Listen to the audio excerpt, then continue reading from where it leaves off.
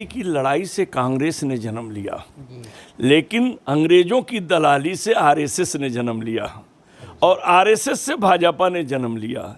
तो जिसकी पैदाइशी ही अगर गड़बड़ हो तो आगे चल के सही कहाँ से होगा।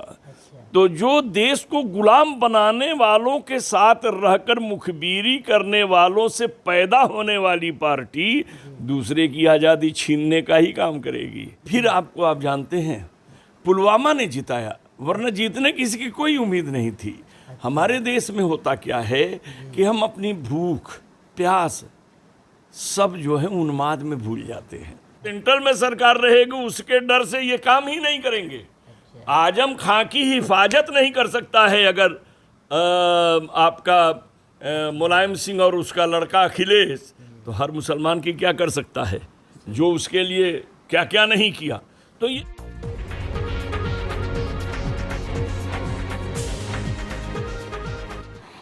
नमस्कार आदाब, आप देख रहे हैं इंडिया फेक न्यूज़। मैं नावेद आजमी। आज हमारे साथ मौजूद है बहुत ही खास मेहमान, राष्ट्रवादी कांग्रेस पार्टी के अध्यक्ष अल्पसंख्यक विभाग से शब्बीर अहमद साहब। शब्बीर अहमद साहब, आपका इंडिया फेक न्यूज़ में सबसे पहले बहुत बहुत स्वागत है। शुक्रिया स्वागत के लिए। सर, आज का जो माहौल है अल्पसंख्यकों को लेकर जो केंद्र सरकार ने बना के रखी है, उस पर आपका क्या कहना है? अल्पसंख्यक के मतलब होते हैं एक चीज़ की अल्पसंख्यक में, लेकिन हम इस देश की दूसरी सबसे बड़ी आबादी है। अगर बाकी आबादियों को देखा जाए तो हम दूसरे नंबर की आबादी पर हम मुसलमान आते हैं। रह गया कि सरकार जो भी बनती है वो जनता के वोट से बनती है और जनता की सेवा के लिए बनती है। मगर 2014 में जो सरकार बनी जनता के वोट से बनी, मगर मुस्लिम विरोधी अल्पसंख्यक विरोधी सरकार बनी। एक चीज़ आप याद कर लीजिएगा नवेद साहब कि देश में जो पार्टियां जन्म लेती हैं तो कुछ संघर्ष से जन्म लेती हैं और कुछ किसी और जगह से जन्म लेती हैं। देश की आज़ादी की लड़ाई से कांग्रेस ने जन्म लिया, लेकिन अंग्रेजों की दलाली से आरएसएस ने जन्म लिया और आरएसएस से भाजपा ने जन्म लिया। तो जिसकी पैदाइशी ही अगर गड़बड़ हो तो आगे चल के सही कहाँ से होगा। और जो भी वो करेगी, चूँकि इस देश के अंदर पहले क्या होता था कि आदमी विचारों को वोट देता था, व्यवहारों को वोट देता था, और अब आदमी विचार व्यवहार को वोट नहीं दे रहा है।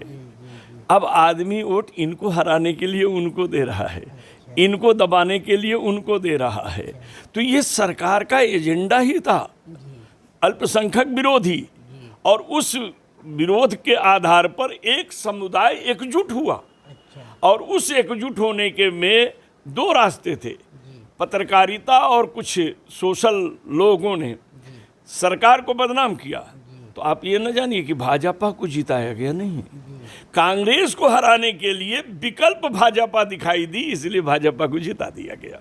तो सर, आपसे ये भी पूछना चाहूँगा, अगर कांग्रेस को हराना था 2014 में हरा देते, तो 5 साल बाद वापस से बीजेपी क्यों आ गई? ये तो देखिए, इस पर अगर आप बात कर रहे हैं तो आपको गहराई में जानी पड़ेगी। फिर आप जानते हैं पुलवामा ने जिताया, वरना जीतने किसी की कोई उम्मीद नहीं थी।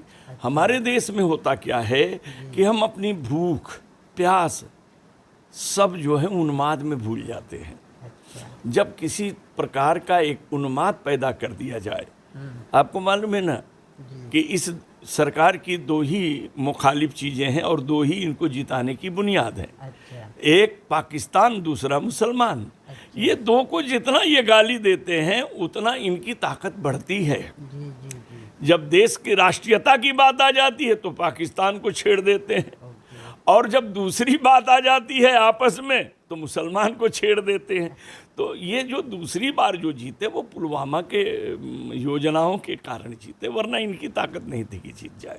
सर, जैसे कि आप राष्ट्रवादी कांग्रेस के राष्ट्रीय अल्पसंख्यक अध्यक्ष हैं, अभी महाराष्ट्र में महाआघाड़ी की सरकार है, तो अभी आपकी तरफ से अल्पसंख्यकों को क्या मदद दी जाए? देखिए, होता क्या है, हर पार्टी के अपने अपने एजेंडे होते हैं।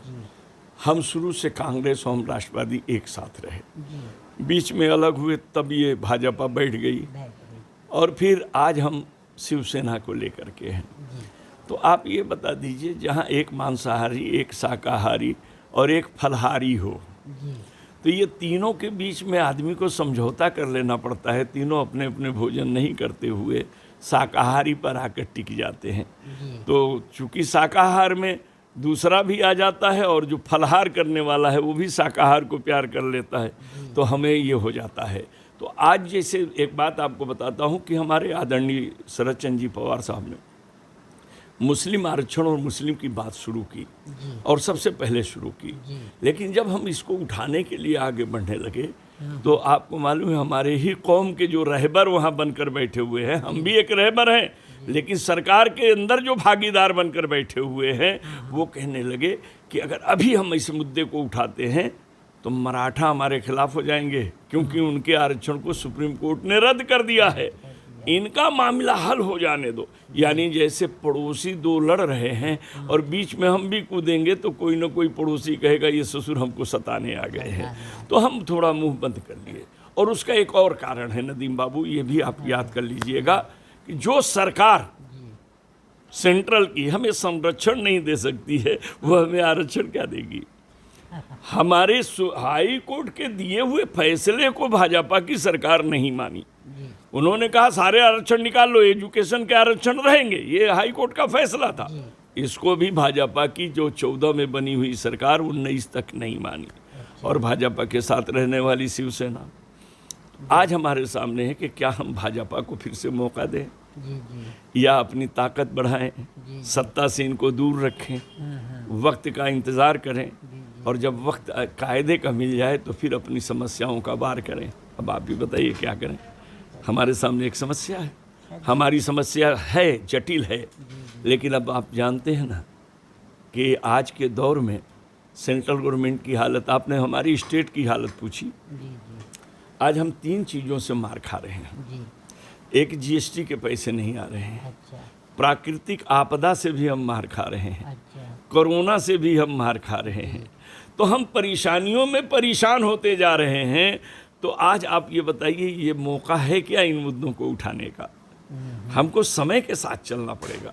हमारे आदरणीय शरद चंद्र जी पवार साहब के दिल में आज भी हम लोगों का दर्द है, लेकिन सही मौके पर सही वार के साथ ही हम कार्य कर सकते हैं। तो शायद मैं ये जानना चाहूँगा कि ये मौका अंदाजन कब आ सकता है। देखिए, मौका तो कल भी आ सकता है, और आप कहेंगे तो इस शासनकाल में भी नहीं आ सकता है।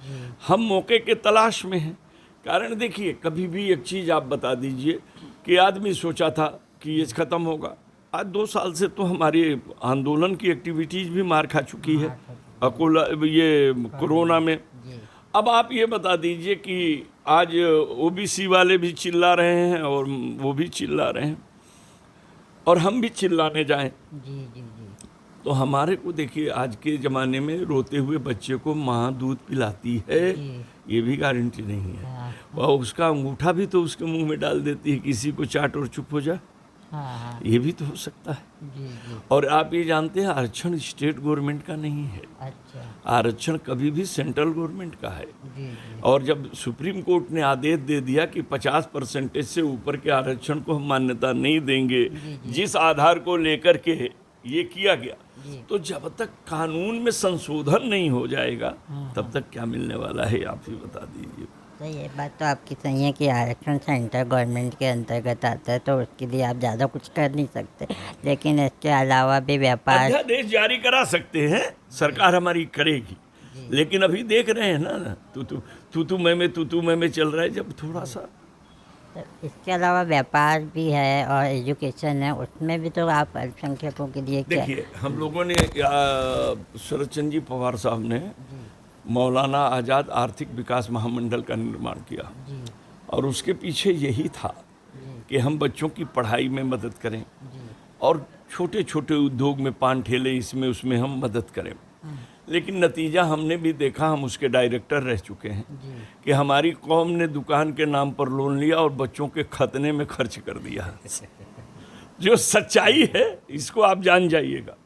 और आज वो बोर्ड है लेकिन फंड नहीं है। और जब फंड नहीं है तो देंगे कहाँ? फंड हमारे पास एक है, वसूली हो तो देंगे, तो वसूली भी बंद है। तो अब आप ही बता दीजिए ना, कोई रास्ता दीजिए ना। कुआं तो सूख ही रहा है, तो बाल्टी तो फूट जाएगी, पानी कहाँ से निकलेगा? तो इसके इंतज़ार कीजिए कि कुएं में थोड़ा पानी आ जाए। तो विचारधारा में हमारी पार्टी अल्पसंख्यकों की सेवा के लिए तत्पर है। और सर, आप क्या बताना चाहेंगे हमारे चैनल के माध्यम से हमारे दर्शकों को कि आपकी पार्टी किस तरह आगे और काम करने वाली है? देखिए, हम आपके दर्शकों से एक ही चीज़ कहना चाहेंगे कि आप विचार को, व्यवहार को, संस्कार को और कार्य को पसंद कीजिए। कारण ये है कि आज पूरी नज़र दौड़ा लीजिए, हिंदुस्तान में आदरणीय शरद चंद्र जी पवार ऐसा कोई नेता नहीं है। तो हमारे पास नेतृत्व मजबूत है, हमारे नेता की नीयत भी साफ है। तो जब नेता है, नेतृत्व है, नीयत साफ है, तो आप हमारे साथ जुड़िए। और जनता जुड़ती है तो पार्टी बढ़ती है, और पार्टी जब जनता की कार्य करती है तो जनता जुड़ती है। तो हम तो कहीं भी हैं, खड़े हैं तो पार्टी के काम के लिए, जनता के काम के लिए तत्पर हैं। खेत में बीज डालना किसान का काम है, खाद ओद की व्यवस्था करना होता है, पैसे से होता है, लेकिन तूफान आ जाए तो किसान भी बेबस हो जाता है। इसी पे एक आपसे सवाल पूछना चाहूँगा। शरद पवार जी की आपने इतनी तारीफ की है, तो क्या 2024 में वो प्रधानमंत्री का चेहरा हो सकते हैं? भारत तो चाह रहा है कि वो प्रधानमंत्री के चेहरा बने, लेकिन वो अभी नहीं अपने पत्ते खोल रहे हैं, तो हम क्या बोलें। क्योंकि देखिए नवेद बाबू, मैं ऑल इंडिया के दौरे पर मैं कलकत्ता भी गया, आसाम गया, गुवाहाटी से लेकर के आपके मिजोरम भी गया, चेन्नई गया, बेंगलोर गया, अपना महाराष्ट्र, उत्तर प्रदेश, बिहार और सब जगह गया। पवार साहब जो आईडी के मुकाबले में जो खड़े हो गए थे, जो ईडी के मामले में, तो जब ईडी के मामले में खड़े हुए तो लोगों में गया कि आज देश को वही बचा सकता है जो ईडी से टकरा सकता है। कारण ये है, आज देखिए हम अब आपका थोड़ा समय बढ़ाएंगे, आपका बढ़ जाएगा।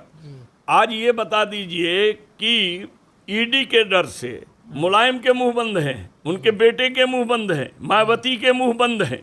जो ईडी से डर रहे हैं वो देश का क्या करेंगे? सरकार भी आप बदल देंगे तो जिसकी सेंट्रल में सरकार रहेगी उसके डर से ये काम ही नहीं करेंगे।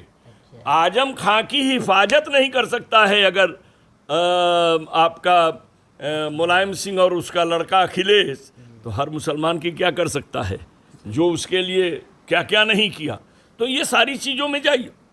और आज जिस तरह से बहेलिया समझते हैं ना, चिड़िया फंसाने वाले जो होते हैं, क्या बोलते हैं उसको महाराष्ट्र में, हैं? जाल तो जाल है, लेकिन जाल में एक एक नस्ल की चिड़िया बांधी जाती है ताकि उसको देखकर उतरे। तो मुसलमान नस्ल की चिड़िया तो भाजपा ने बांध रखी है अवैसी को, ताकि वो उनकी जाल में न उतरे, इसकी चाल में फंस जाए और मुस्लिम वोट बट जाए। केवल भाजपा को मुस्लिम की एकजुटता जिता सकती है, हरा सकती है, बाकी कोई चीज़ नहीं हरा सकती।